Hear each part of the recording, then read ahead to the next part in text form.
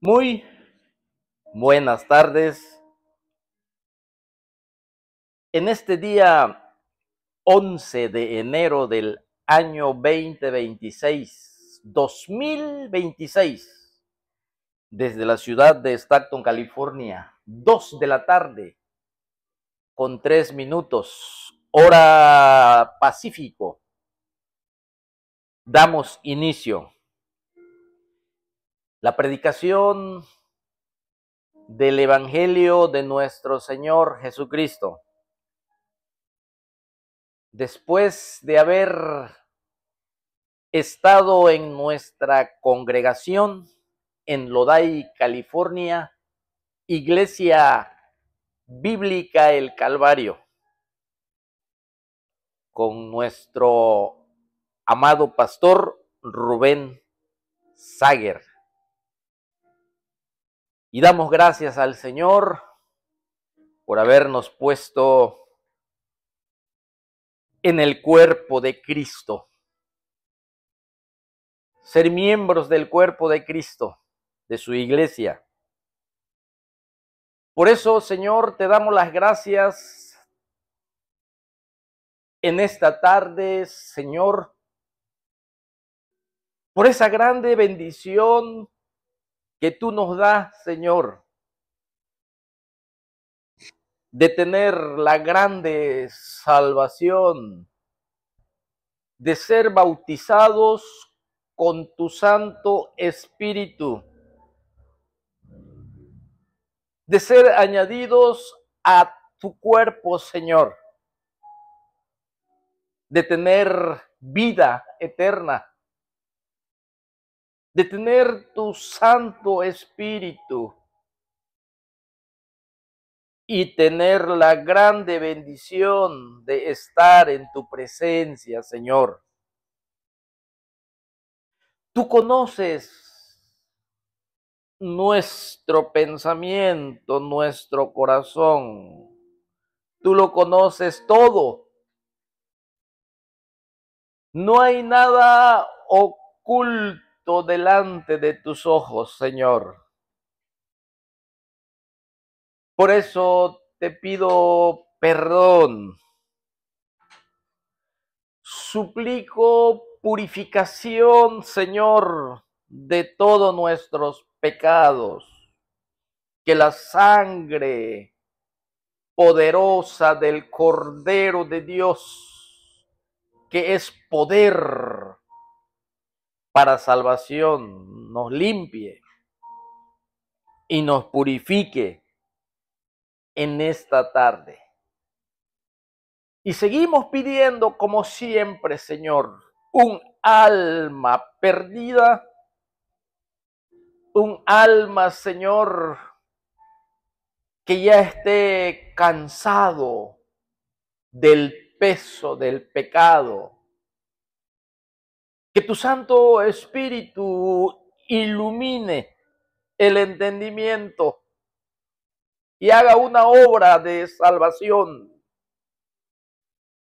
para que sea perdonado, para que sea llamado Hijo de Dios, para que sea glorificado. Cristo Jesús resucitado. En ese precioso nombre oramos y pedimos también por tu iglesia, por tu pueblo. Bendice tu palabra. Y necesitamos de la ayuda de tu Santo Espíritu para que nos dé sabiduría, inteligencia, dirección para predicar tu palabra, Señor. Gracias, Señor. Muchas gracias por esta grande bendición que tú nos das en el nombre de Jesucristo. Oramos. Amén. Amén. Y así damos inicio, confiando plenamente en aquel que nació en Belén de Judea, en un humilde pesebre. Aquella encarnación del Espíritu Santo en la persona de Jesucristo, que creció,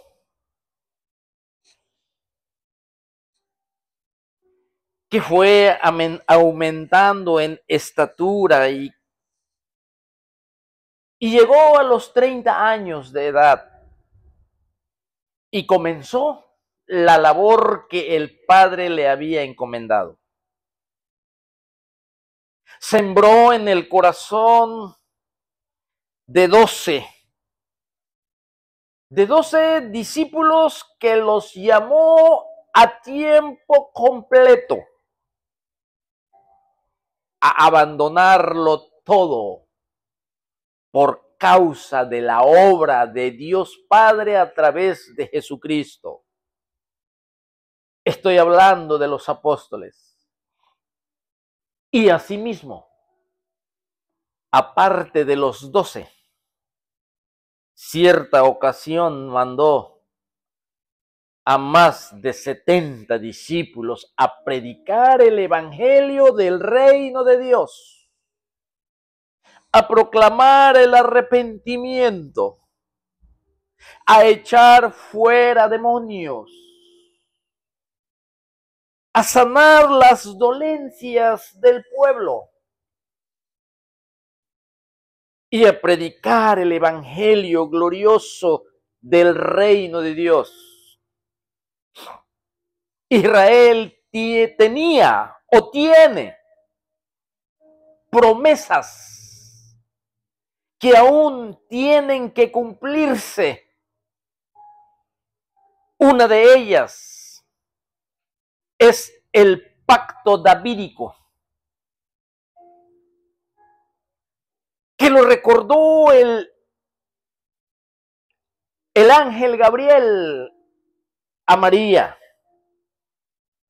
y dijo que el santo ser que nacería del vientre de María se llamará Jesús.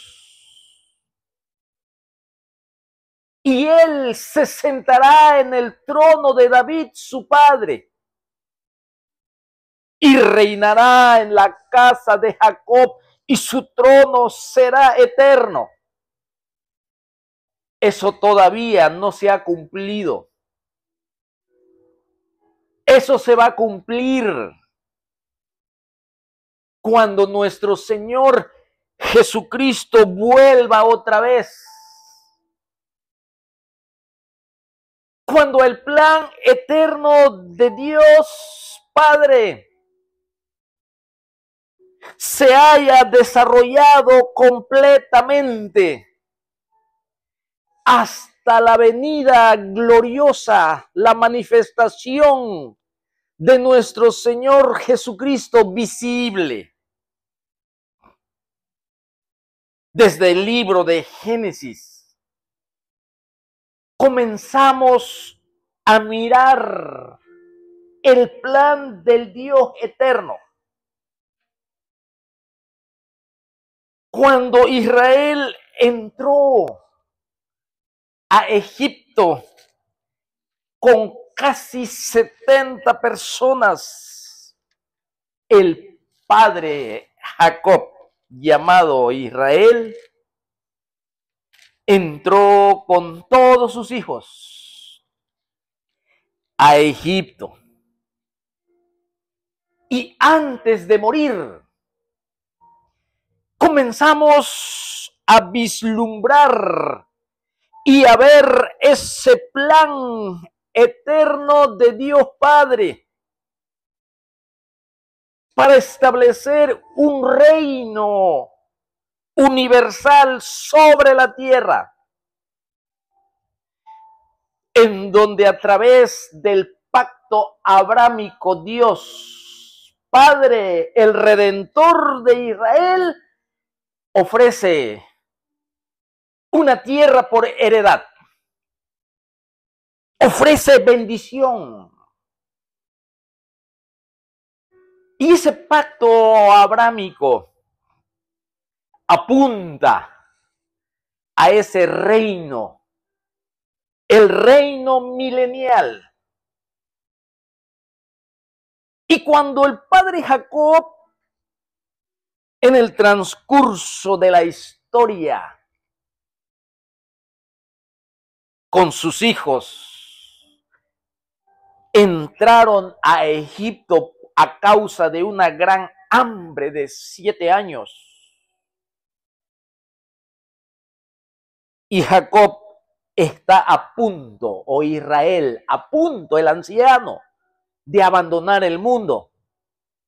Reúne a todos sus hijos y comienza a bendecir sobre cada uno, comienza a bendecir sobre Rubén, comienza a bendecir sobre Simeón, comienza a bendecir sobre Leví y comienza a bendecir sobre Judá y comienza a bendecir sobre los 12 y también sobre Manasés y Efraín, que fueron los hijos de José que le nacieron en Egipto. Pero cuando bendicen a Judá, desde allí comenzamos a ver de ese reino que se tiene que establecer sobre la tierra. Y mire cómo dice el padre Israel, el patriarca, a uno de sus hijos, Judá, y le dice así: cachorro de león, Judá. Cachorro de león, Judá. La tribu de Judá.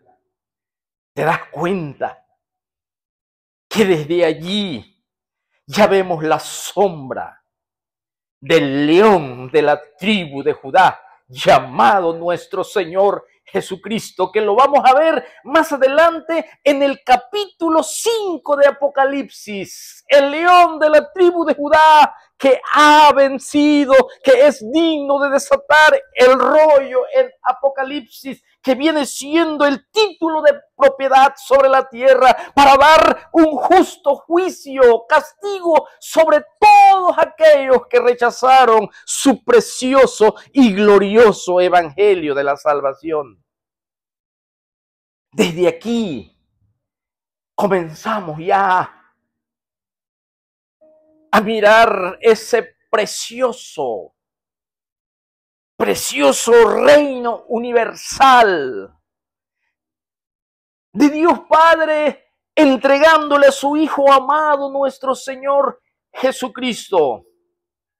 Y mira cómo sigue diciendo en Génesis capítulo 49 y el versículo 9: cachorro del león, Judá, de la presa subiste, hijo mío.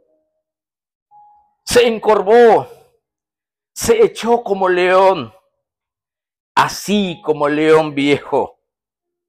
¿Quién lo despertará? Y mire cómo dice el versículo 10, hablando de su reinado. Y dice: no será quitado el cetro de Judá. No será quitado el trono del Hijo amado, del león de la tribu de Judá. Allí estará su trono, en Jerusalén. Se sentará en su trono de gloria para recoger a su remanente de los 4 puntos de la tierra. Porque tiene una promesa todavía que cumplir a Israel. Y allí, desde allí gobernará nuestro Señor Jesucristo. Porque no será quitado el cetro de Judá. Y en el Antiguo Testamento comenzamos a ver el desarrollo del plan eterno del Redentor de Israel, el Dios Todopoderoso, habitando en medio de ellos, haciendo un pacto en el monte Sinaí a través de Moisés.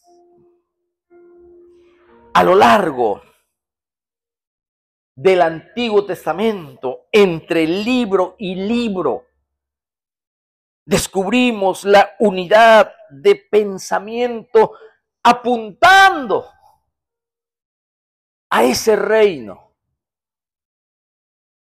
Cuando hizo pacto con David igualmente, no te hará falta quien se siente en tu trono, David, y permanecerá ese trono eterno.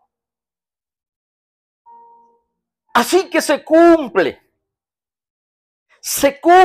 y viene nuestro Señor Jesucristo. Lo que todos los profetas hablaron por adelantado, cómo iba a venir nuestro Señor Jesucristo a la tierra. Todo Israel quería un Mesías libertador, político, militar, poderoso, que le restaurara su reino. Pero el plan eterno del Señor era un poco diferente, porque tenía cosas progresivamente que añadir dentro de su sabiduría. Y eso era lo que nosotros le conocemos como la iglesia. La iglesia tiene su propia escatología. Israel tiene su propia escatología. Los profetas, como Isaías, que profetizó al siervo sufriente, al siervo que iba a pagar un precio por nuestras iniquidades, al siervo de Jehová que le serían puestos todos nuestros pecados sobre él, al siervo sufriente. Isaías lo profetizó todos sus sufrimientos. Jeremías habló de un pacto nuevo que haría el Dios de Israel con su pueblo. Ese nuevo pacto, mis hermanos, en ese entonces que Jeremías profetizó, nosotros como gentiles estábamos ajenos a los pactos, ajenos a la promulgación de la ley, ajenos de la ciudadanía de Israel como gentiles. Pero somos nosotros todos beneficiados por los pactos que Dios hizo con Israel. De tal manera que nuestro Señor Jesucristo, a sus 30 años de edad, el nazareno, porque fue criado en Nazaret, el hijo del carpintero José, se manifiesta públicamente como el Mesías y presentado por Juan el Bautista. Juan el Bautista, el precursor, el que iba delante de nuestro Señor Jesucristo antes de presentarlo a Israel. Juan el Bautista, lleno del Espíritu Santo, comenzó a preparar el Espíritu de Dios a través del profeta a Israel para recibir al Mesías. Y Juan el Bautista tuvo muchos discípulos. Y muchos de ellos fueron apóstoles. Porque cuando Juan presenta a Cristo, dijo: he aquí el Cordero de Dios que quita el pecado del mundo.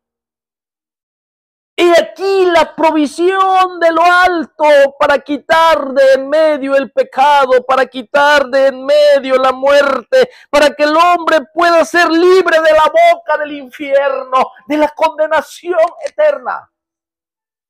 El Cordero de Dios que quita el pecado. Nuestro Señor Jesucristo, impulsado por el Espíritu Santo, va al monte de la tentación. Y regresa lleno del Espíritu Santo para comenzar su ministerio, para echar fuera a los demonios, para sanar toda dolencia, para predicar el evangelio del reino. Y así nuestro Señor Jesucristo, pasan los meses y pasan los años, entonces escoge a 12 y comienza su plantación de la palabra de lo alto, el misterio de del reino de los cielos dado a conocer a sus apóstoles y a sus discípulos, preparándolos, porque Él tiene que volver, tiene que regresar de aquel lugar que estuvo por toda la eternidad con el Padre, en el seno del Padre. Nuestro Señor Jesucristo tiene que volver, pero tiene que dejar a sus apóstoles y su obra tiene que continuar. Sí, tiene que continuar, pero para eso, la predicación del Evangelio de la gracia será a través de una iglesia, la iglesia de los gentiles. Por un lado, los apóstoles, que recibieron un ministerio para predicar el evangelio del reino a los judíos. Por otro lado, el apóstol Pablo, llamado en un ministerio especial. Ese ministerio es a los gentiles. Pablo no es contado entre los 12. Los 12, su ministerio total fue a los de la circuncisión para predicarle el evangelio del reino. Sí, para predicar lo que nuestro Señor Jesucristo predicó allá en Mateo capítulo 5, cuando dijo, bienaventurados los de pobre corazón, porque de los tales es el reino de los cielos. Bienaventurados los mansos, porque ellos recibirán la tierra por heredad, la promesa de Dios para Israel. Una tierra física en el futuro. Y así es como Cristo Jesús va a la cruz del Calvario. Y en ese primer periodo en los evangelios, muchos lo conocen como el periodo de la plantación. La palabra implantada a sus apóstoles para que tomen el liderazgo. Cuando sean embestidos por el poder del Espíritu Santo, cuando sean bautizados por el Espíritu de Dios, cuando sean llenos del poder del Espíritu Santo y se predique lo que Cristo Jesús hizo en la cruz, se predique su resurrección, se predique su sacrificio que es poderoso para salvar al pecador de la condenación eterna, que es poderoso la obra de Jesucristo para que el hombre sea libre del poder del pecado, para que la obra de Cristo Jesús en la cruz del Calvario, cuando Cristo venga por su iglesia, nosotros estemos completamente libres del pecado, glorificados. Salvación, gran salvación. Y así comienza el nacimiento de la iglesia en el libro de los Hechos. yo estoy enseñando un poquito sobre el libro de Apocalipsis. Pero antes de entrar a ese libro, que es el último, que lo recibió el apóstol Juan, yo estoy haciendo un breve recordatorio del nacimiento de la iglesia, porque estoy exactamente en las cartas escritas a 7 iglesias en el libro de Apocalipsis.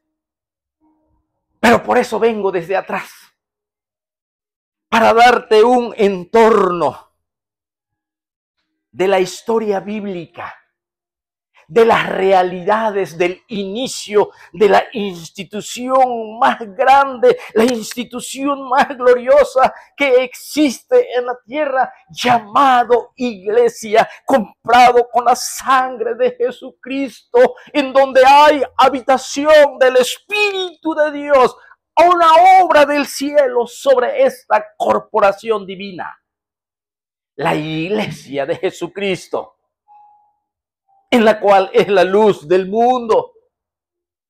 La iglesia de Jesucristo, que es la luz de las tinieblas. La iglesia de Jesucristo, que es la sal que evita que el mundo se corrompa, que el mundo se pierda.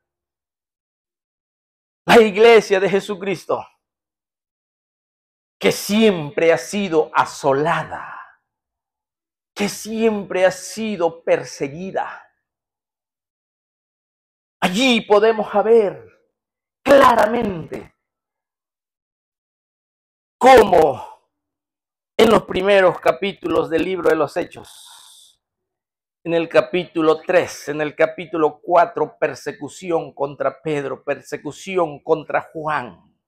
En el capítulo 6, capítulo 7, el asesinato de Esteban. En el capítulo 12, el martillo a espada sobre Jacobo. Persecución de Saulo de Tarso. Ese tiempo, ese periodo, fue conocido como el periodo de la proclamación, cuando Pedro, lleno del Espíritu Santo, predicó el poder de Dios para que el hombre sea salvo. A un Cristo Jesús que tomó nuestros pecados en la cruz del Calvario, que se hizo maldito por nosotros, que dejó su gloria y se vació de todas sus maravillas en gloria por miserables pecadores como yo, por un hijo del infierno, por un esclavo del pecado. Por eso Cristo Jesús vino a este mundo, para que yo pueda hoy en día tener seguridad de salvación, para que hoy en día yo esté consciente por experiencia que Jesucristo perdonó mis pecados, que quitó esa carga horrible del maligno sobre mí, que ya no soy esclavo del pecado, que tengo esperanza eterna, gloria por lo que hizo por nosotros. El que fue sepultado y resucitó al tercer día. Ese era el Cristo predicado allí en el Nuevo Testamento, en el libro de los Hechos.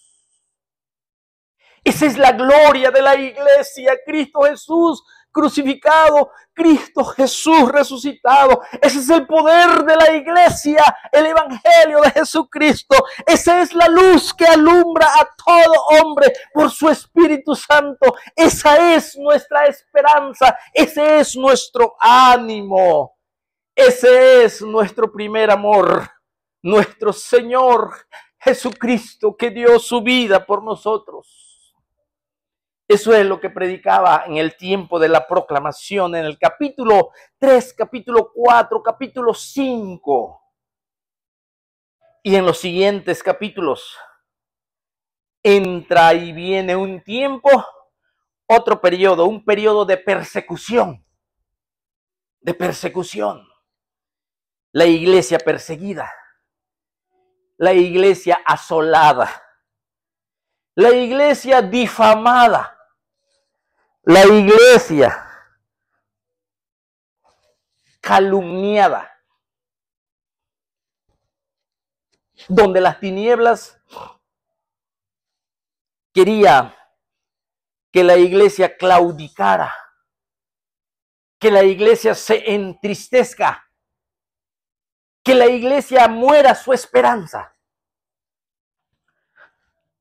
Los demonios y los infiernos, siempre eso ha sido su propósito sobre la iglesia.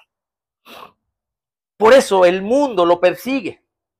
Por eso las tinieblas van contra la iglesia. Por eso las filosofías y las ideologías que quiere entrar o ha entrado a la iglesia son ataques del enemigo. Por eso hombres blasfemos, por eso hombres que no tienen temor a Dios atacan las doctrinas fundamentales de la iglesia. Todo esto lo vivió también la primera iglesia primitiva. Transcurre el tiempo. Se comienzan a cumplir las profecías de nuestro Señor Jesucristo, como la muerte de Pedro, que fue profetizada en el Evangelio de Juan, capítulo 21, y muere como un mártir, el apóstol. Y allá a finales del año 70, como en el 69, también muere el apóstol Pablo. Y transcurre el tiempo. Y a través de las persecuciones, de las tribulaciones, de la asolación o desolación sobre la iglesia, sobre los miembros del cuerpo de Jesucristo, los seguidores de nuestro Señor. Casi allá por los años 90, quizás unos 50 años, 55 años después que Cristo murió,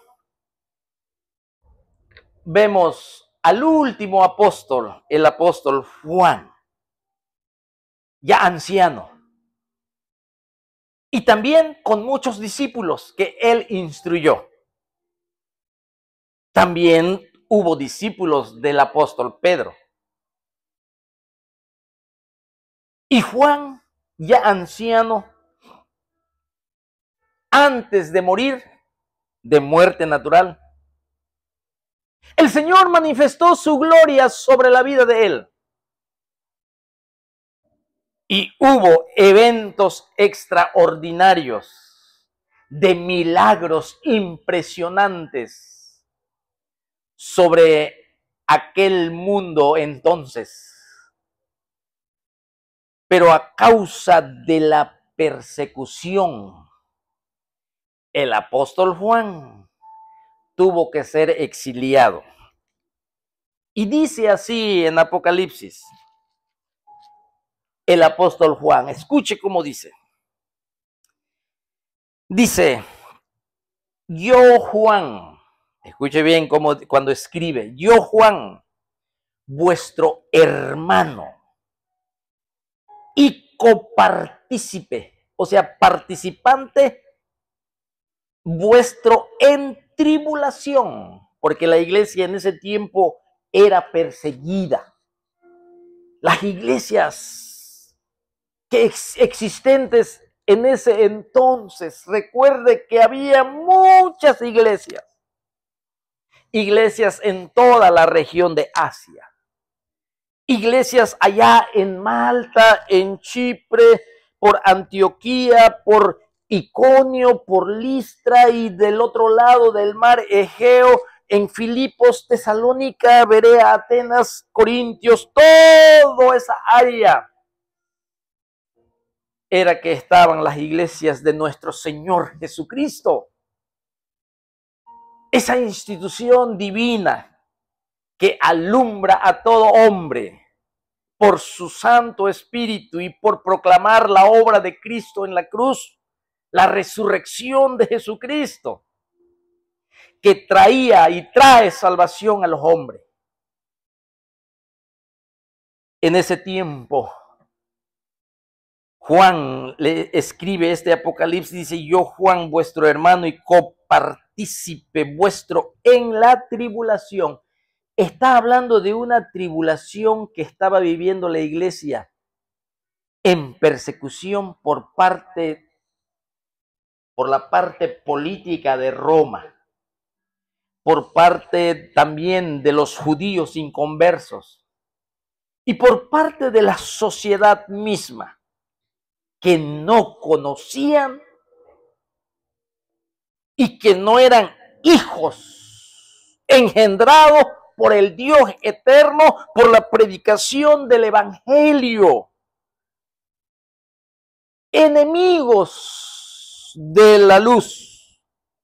Ellos traían tribulación a los hermanos.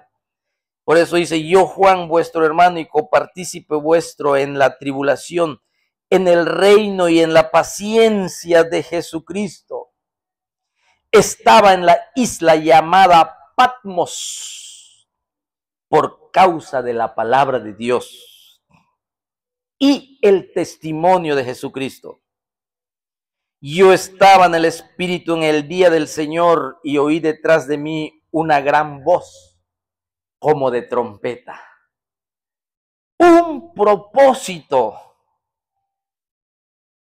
de Dios Padre para traer a sus iglesias, pero dentro de la sabiduría de Dios Padre y de nuestro Señor Jesucristo y de su Espíritu Santo, escoge solamente siete iglesias. Y cuando digo iglesias, estoy hablando de ciudades, como la ciudad de Éfeso, donde habían muchas iglesias en Éfeso.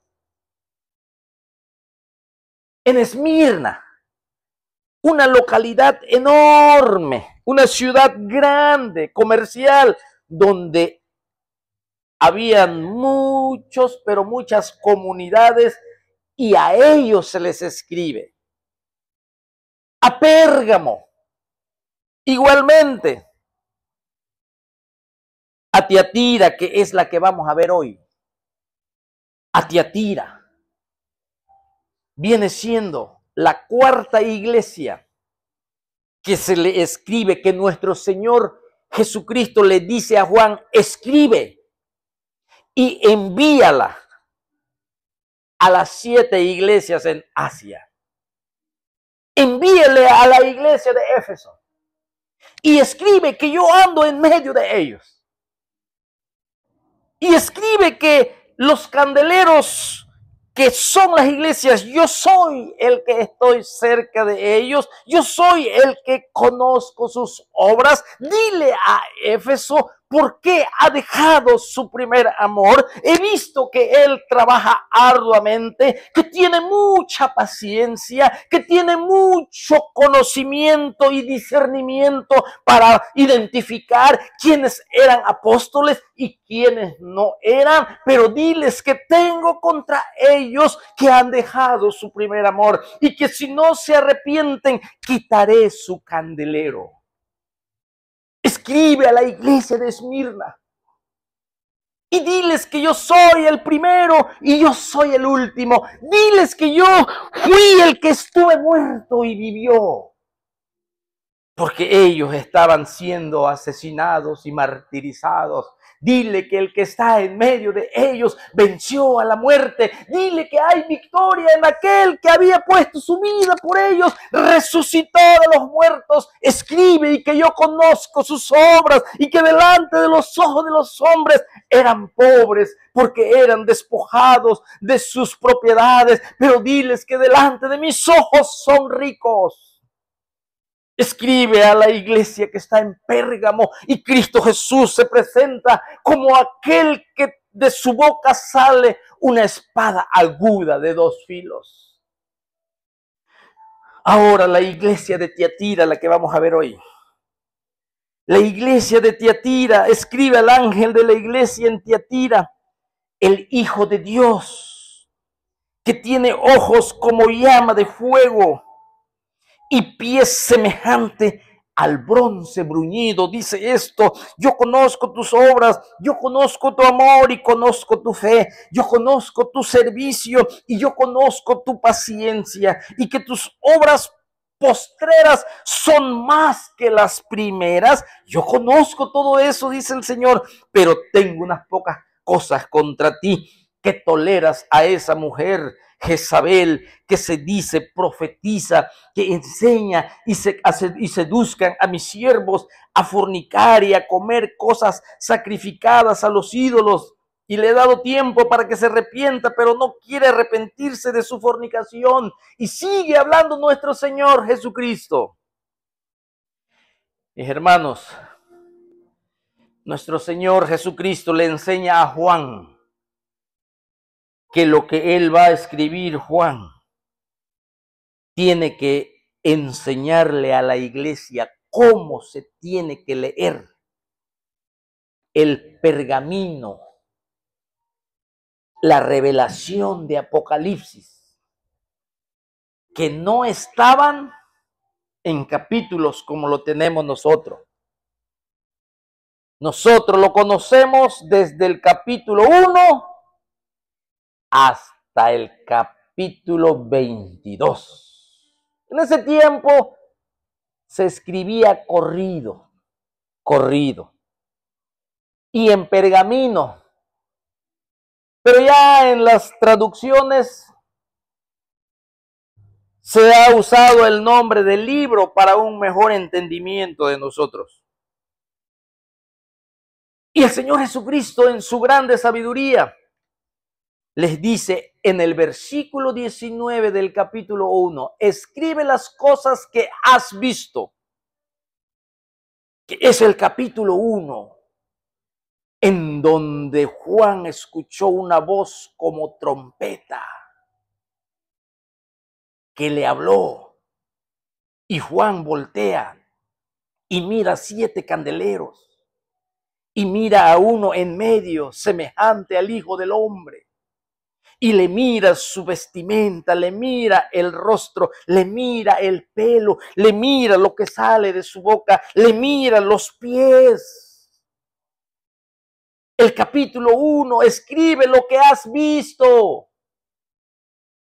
Y luego en el capítulo 2 y capítulo 3 escribe a las iglesias de Éfeso, de Esmirna, de Pérgamo, de Tiatira, de Sardes y de Filadelfia. Capítulo 2 y capítulo 3, eso es el tiempo presente y las que son. Apocalipsis 1:19 escribe las cosas que has visto y las que son. Y después que la iglesia ya no esté en la tierra para el futuro, se llama, escribe las cosas que han de ser después de la iglesia, después de estas. Aquí está las 3 partes del bosquejo del libro de Apocalipsis para su estudio, para su entendimiento. No crean que este versículo 19 está por estar allí. Y te voy a decir por qué. Te voy a dar otra pauta de la importancia de este versículo, tomando ejemplo en el libro de los Hechos.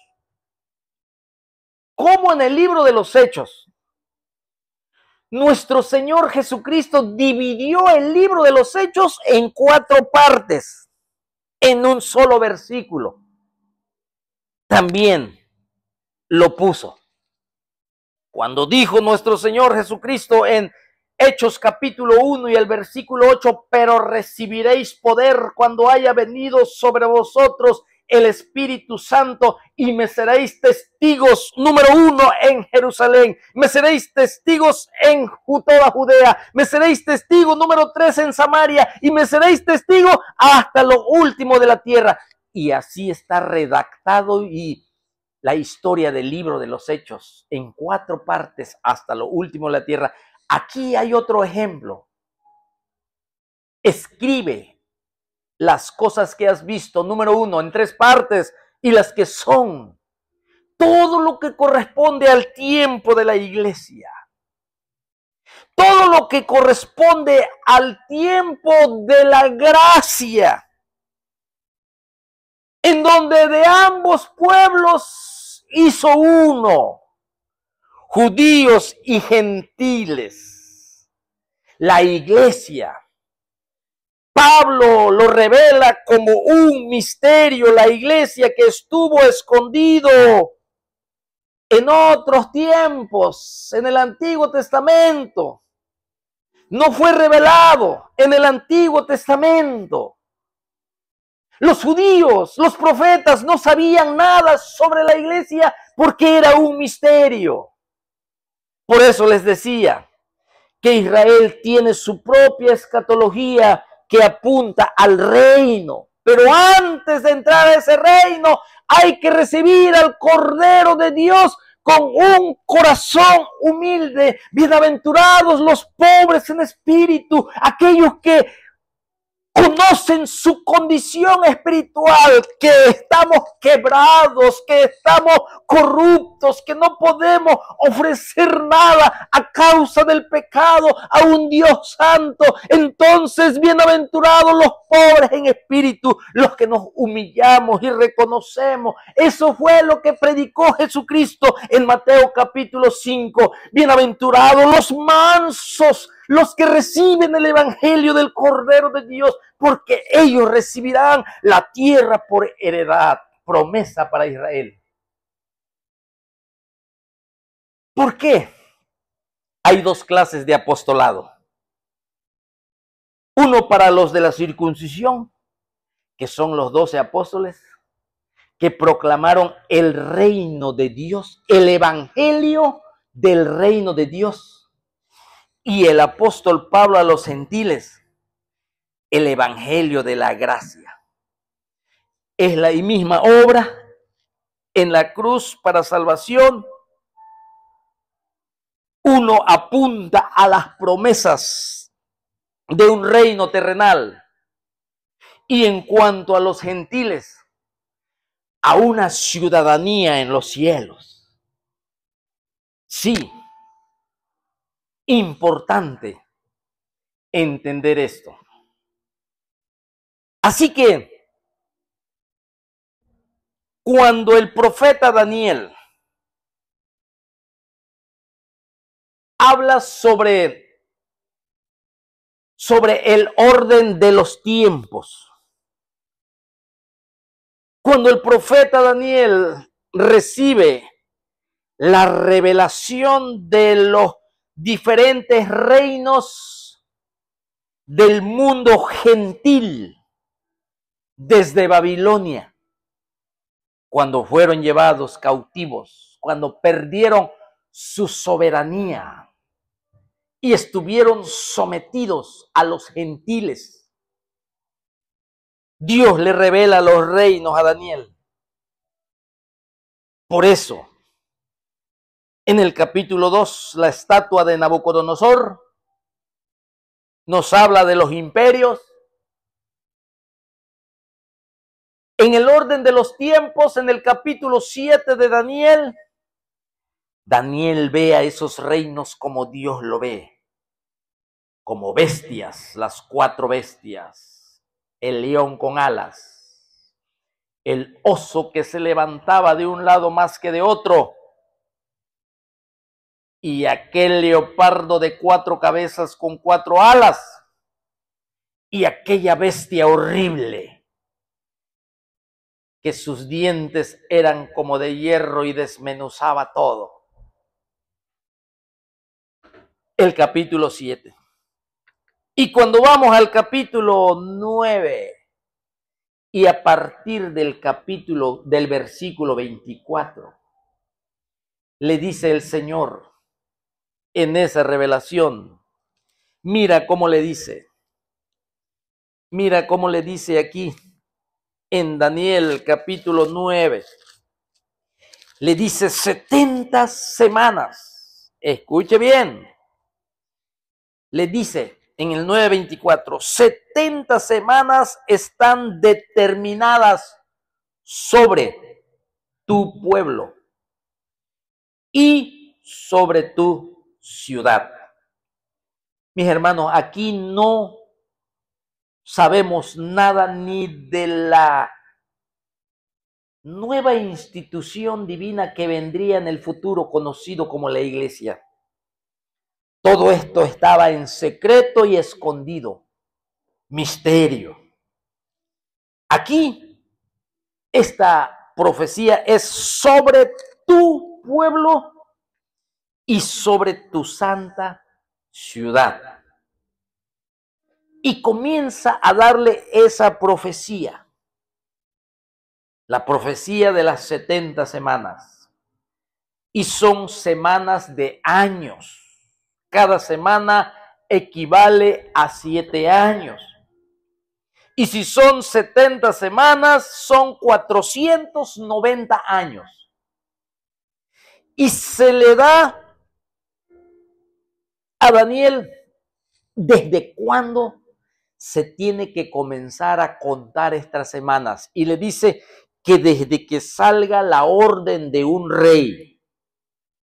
Cuando se salga esa orden de ese rey, porque Daniel dice en el capítulo 9 que él estaba mirando atentamente el libro de la ley, el libro de Génesis, Éxodo, Levíticos, Números, Deuteronomio. Un hombre estudioso de las palabras de Dios estaba allí con Josué, con los jueces, con Samuel, con reyes y aquí vemos que con los profetas, y se detiene con el profeta Jeremías, en donde el Señor había hablado. Daniel ya está anciano, de joven fue llevado prisionero y cautivo a Babilonia, pero ahora ya él se da cuenta que esos 70 años que habló el profeta Jeremías, que Israel tenía que regresar otra vez.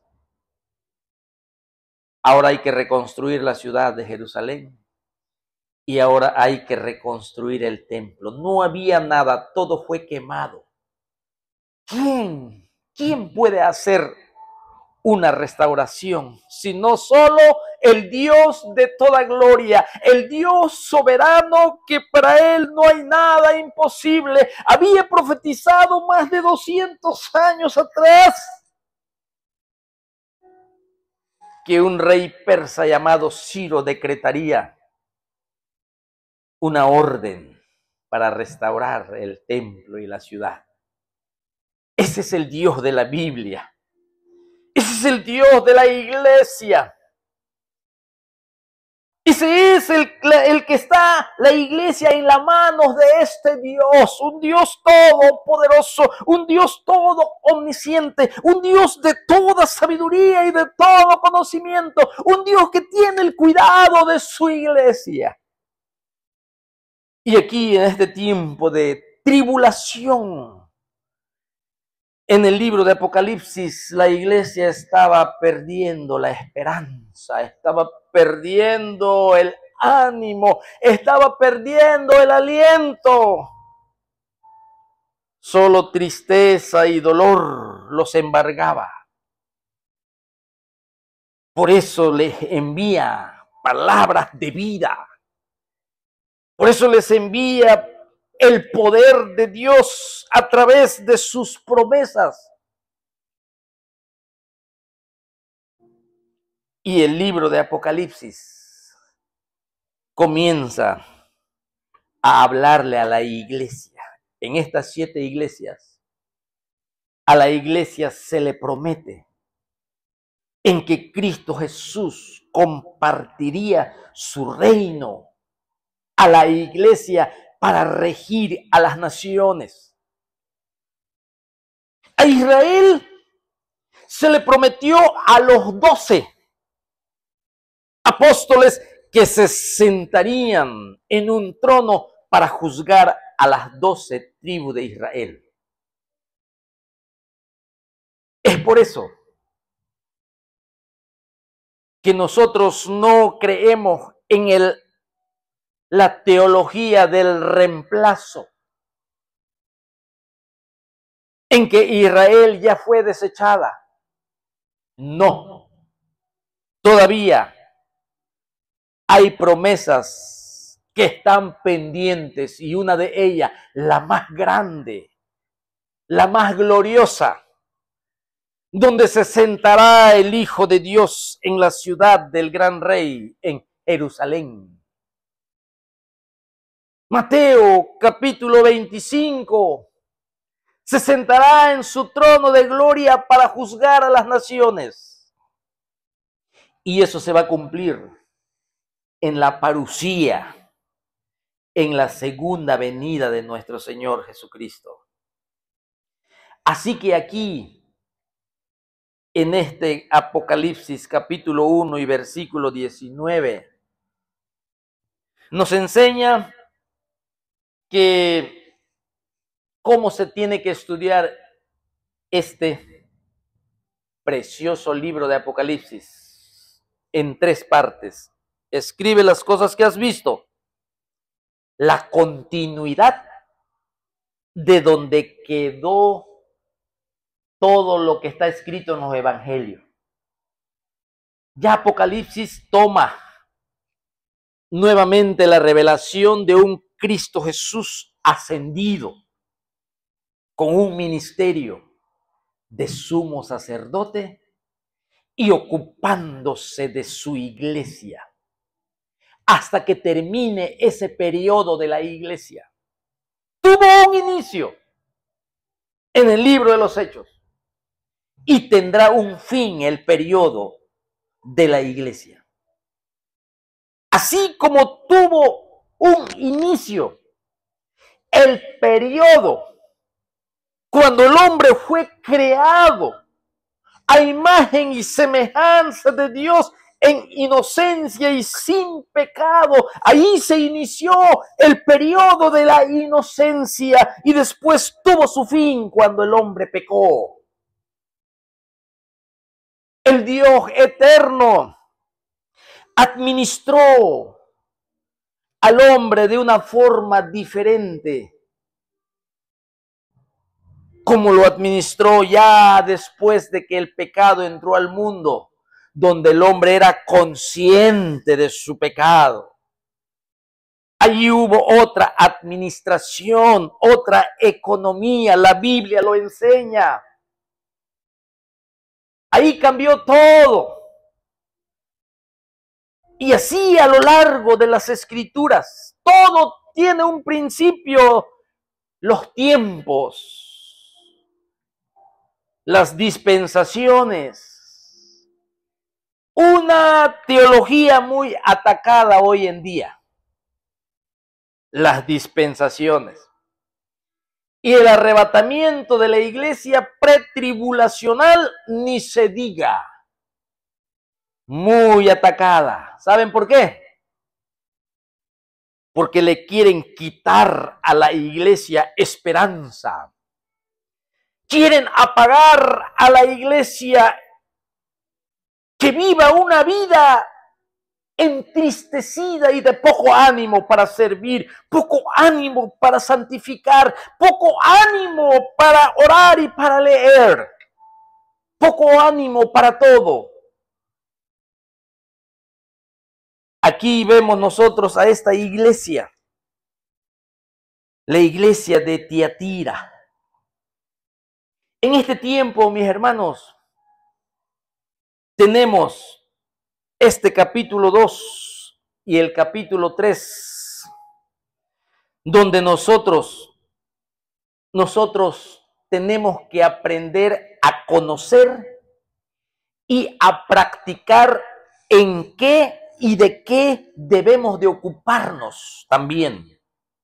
Principios básicos bíblicos para la iglesia. Mientras, escuche bien, ¿en qué debemos de ocuparnos mientras esperamos a nuestro Señor Jesucristo? Preocúpate en no dejar tu primer amor, Éfeso. Preocúpate en no poner atención lo que el mundo piense de ti, que por causa de Cristo padeces necesidades. Tienes muchas necesidades. Pero recuerda cómo el Señor te ve. La iglesia de Pérgamo, igualmente. Las doctrinas de Balaam, fornicación, inmoralidad. ¿En qué debemos nosotros de ocuparnos mientras esperamos a nuestro Señor Jesucristo? Para poder crecer en adoración, para agradarle más al Señor. Mientras estamos en el cuerpo, nos estamos preparando para la eternidad, porque cuando Jesucristo venga por su iglesia, traslade a su iglesia al lugar celestial, allí estaremos con los ángeles, allí estaremos con los que salgan de la gran tribulación, allí estaremos también con los santos del Antiguo Testamento, allí estará toda la iglesia cantando el himno de la redención. Pero tenemos que comenzar desde ahora a prepararnos en la adoración, porque cuando entremos al capítulo 4 y capítulo 5, ahí estaremos viendo a la iglesia allá en el cielo y el mundo entrando a una paga que Dios le va a dar con tribulación, porque ellos atribularon la iglesia. Ahí surge el jinete del caballo blanco, el falso hombre de paz. Va a proliferar la mentira. El mundo será entregado a un espíritu de mentira, por cuanto no quisieron la verdad. El glorioso sacrificio de Jesucristo. Por eso aquí estamos viendo a esta iglesia de Tiatira y en realidad no estoy tocando mucho a fondo. No estoy tocando a fondo cada iglesia, porque mi intención es mostrar el libro de Apocalipsis en sus 3 partes y al mismo tiempo el Espíritu Santo animar. El Espíritu Santo quiere animar a los que han perdido su esperanza. Esa esperanza bienaventurada, la manifestación gloriosa de nuestro Señor Jesucristo, el arrebatamiento de la iglesia que tanto ha sido atacada. Y hay evidencias bíblicas contundentes del arrebatamiento de la iglesia.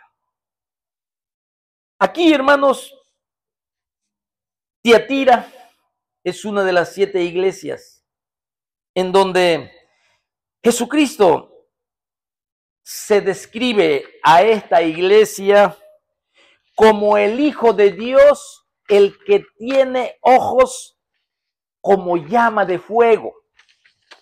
Así se manifiesta Él, como el que tiene ojos como llama de fuego. Y le dice, el Hijo de Dios dice esto.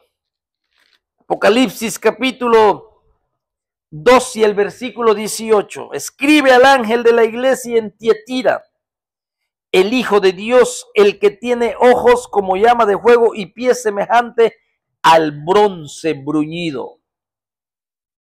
Hijo de Dios, Cristo Jesús se presenta con la naturaleza de Dios mismo, con la naturaleza de Dios mismo, la naturaleza divina. Y cuando dice, el que tiene ojos como llama de fuego, aquí vemos la idea de que los ojos de Jesucristo son penetrantes, que miran hasta lo más íntimo y el secreto de todos los hombres, no solo de su iglesia, sino que de todos los hombres. Por eso Él tiene cuidado de su iglesia. A veces actuamos atacando a la iglesia sin darnos cuenta que hay alguien que nos está viendo, que nos está mirando. El que tiene ojos como llama de fuego. Aquel que su pie es semejante al bronce bruñido. Su pureza. El bronce, metal fuerte. Pies semejantes al bronce bruñido, inconmovible. Y le dice a la iglesia de Tiatira, yo conozco tus obras. O sea, nada hay escondido a los ojos de nuestro Señor Jesucristo, porque Él está vivo, Él resucitó de los muertos, Él está atento, porque Él compró su iglesia con precio de sangre. Él dejó su trono en gloria. Él nació en un pesebre en Belén. Él tomó nuestra maldición y nuestro pecado. Él dejó todo por hombres como nosotros, enemigos. Por eso la iglesia es de gran valor para nuestro Señor Jesucristo. Y Él ve, como dice ahí, yo conozco tus obras y amor. Yo conozco tu fe, una fe que proviene de la cruz, como resultado de la predicación del Espíritu Santo que convence de pecado, de justicia y de juicio, produce la fe que es un medio para llevarnos a la cruz del Calvario, donde está la gracia de Dios para ser salvos. Yo conozco tu amor, tu fe y tu servicio, y también tu paciencia, tu resistencia a causa de las tribulaciones que hay. Por eso, Jesucristo le dice que también sus obras postreras, o sea, las últimas, son mayores que las primeras. Iba en crecimiento las obras de la iglesia. Y aquí Jesucristo también, después de los halagos, después de reconocer las cosas buenas de la iglesia, Jesucristo le dijo lo que tiene en contra de ellos: misericordia y verdad. Misericordia y verdad. El consejo del Proverbios dice que así se corrige el mal, con misericordia y verdad. Cristo Jesús practicando esto en su grande sabiduría. ¿Sí? Pero tengo unas pocas cosas contra ti, en el versículo 20 al 21, que toleras a esa mujer Jezabel que se dice profetiza, ¿sí? Y enseña. Así que voy a seguir avanzando y vuelvo a repetir. Mi intención no es detenerme mucho en cuanto a las iglesias, porque voy a avanzar y quiero profundizar Aquí vemos nosotros entonces en el versículo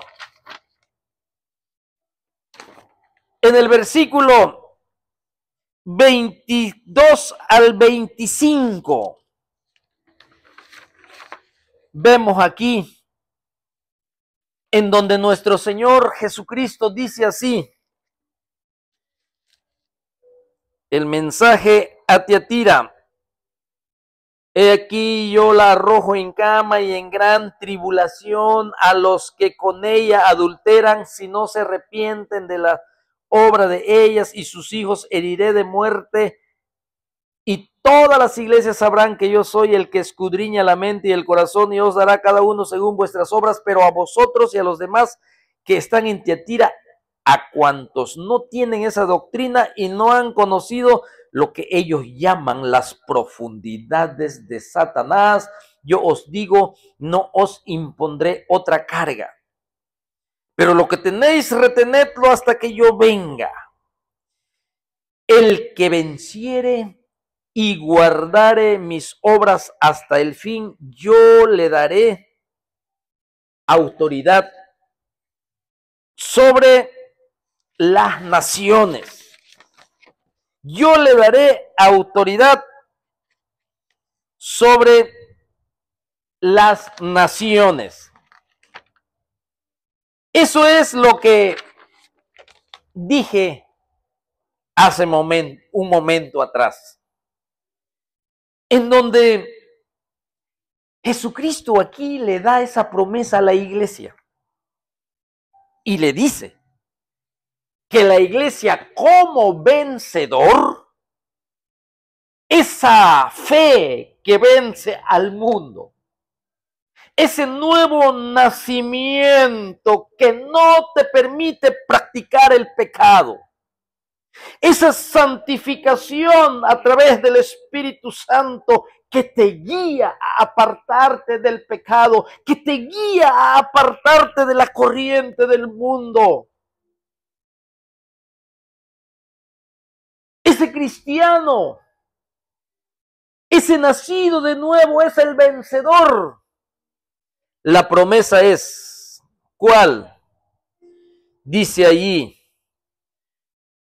al que venciere y guardare mis obras hasta el fin, yo le daré autoridad sobre las naciones. Y voy a hacer un contraste entre Israel y la iglesia. Para aquellos que dicen que Israel ya fue desechada y que Dios ya no tiene nada que ver con ello, y que la iglesia es la nueva Israel. Aquí, al que venciere y guardare mis obras hasta el fin, yo le daré autoridad sobre las naciones. Jesucristo aquí está prometiendo que su pueblo va a reinar con él. Aquí hay una promesa especial a aquellos vencedores, a los nacidos de nuevo, a los santificados, a los redimidos, a los comprados del reino de las tinieblas, al reino de la luz. Ese pueblo va a reinar y tendrán autoridad sobre las naciones, porque cuando Cristo venga por segunda vez y tenga un trato con su pueblo Israel, en la cual ya leímos que el Espíritu Santo le dice a Daniel que 70 semanas están determinados para tu pueblo, para tu ciudad. Está claro que dentro de esas 70 semanas hay un tiempo de 7 años en la cual el apóstol Pablo lo apoya también en el capítulo 11, que hay un remanente de Israel que será restaurado. Porque el Señor, creador de Israel, no ha desechado a su pueblo. Quizás lo vamos a ver más adelante. El profeta Zacarías lo dice también, que un remanente de Israel será echado en el fuego. Ese remanente de Israel son los que van a ser partícipes de las promesas que hay de Abraham, de las promesas que hay con David y de las promesas del nuevo pacto. Aquí, la iglesia, hermanos míos, Israel tiene una heredad. Jesucristo lo dijo en Mateo 5, los mansos recibirán la tierra por heredad. El Antiguo Testamento apunta a ese reino milenial. Los profetas apuntan a la restauración del reino de Israel. ¿Qué le dijeron los apóstoles en el monte de los olivos cuando nuestro Señor Jesucristo volvía a la gloria? ¿Qué les dijo? ¿Cuándo vas a restaurar a Israel? Porque Israel aún no ha sido restaurada, es una promesa. Miqueas dice que en Jerusalén, en Israel, será cabecera de todos los pueblos, porque ahí estará un rey, nuestro Señor Jesucristo. Ezequiel también, Ezequiel 36, 37 y 38. Dice que ya no, Israel ya no estarán divididas, como Israel del norte y Israel del sur. Porque en ese tiempo del reino Jesucristo unirá a todos. Y cuando Él venga en las nubes, en su segunda venida, dice la palabra de Dios que Él va a reunir del este, del oeste, del norte y del sur a ese remanente por medio de sus ángeles, uno a uno, para llevarlos a Jerusalén. Y la iglesia, hermanos míos, su ciudadanía, dice Filipenses, que está en los cielos. Sí, por eso el apóstol Pablo, hermano, habla a la iglesia.